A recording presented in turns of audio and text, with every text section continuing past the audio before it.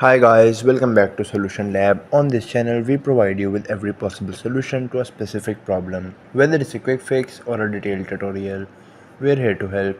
So without any further delay or any further ado, let's jump right into the video. So in today's video, I'm gonna show you how to fix PIP not working on YouTube. It's a pretty basic and easy thing to do, so just follow the guide. First thing first, if you haven't already subscribed to Solution Lab, please consider subscribing and hit that bell icon so you'll get notified from our latest videos. Now if you want to fix your PIP not working on your YouTube, how to do that? So first thing you need to do is first of all go to the mobile settings, and in the mobile settings scroll down and find apps. Tap on the apps and click on manage apps. Search for YouTube, search for it, open it up and click on storage at the very top. At the bottom click on clear data and click on clear cache. Once the cache memory is cleared, go to the App Store or Play Store and search for YouTube here. Once you do search for YouTube, make sure that the app is updated. If it is updated, just refresh the app now, or what you can do is just reinstall the app after deleting it, and that should definitely work. I hope this tutorial was helpful and informative. If it was, please give it a thumbs up